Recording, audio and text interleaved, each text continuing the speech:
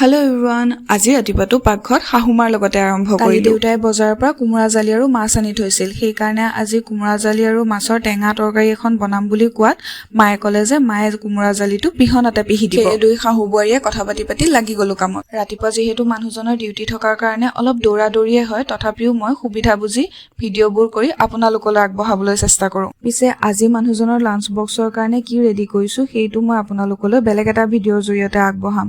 আপোনালোকে মোৰ লাঞ্চ বক্সৰ ভিডিঅ'বোৰ চাইছে নহয়? ৰন্ধা বঢ়াৰ মাজতে মা আৰু মানুহজনৰ লগত বহি চাহ একাপো খাই ললো।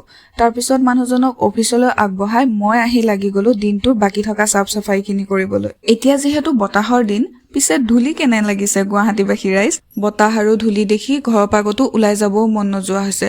শুনিছো আপাৰ আছাম চাইডে বোলে বহুত বৰষুণ দিছে, আমাৰ চাইডেহে বৰষুণ কেতিয়া আহে। এই বতাহ আৰু ধূলিত বহুত বেমাৰৰ বীজাণু বিয়পে, সেইকাৰণে সকলোৱে ভালকে থাকিব দেই। Okay, stay tune guys, bye bye.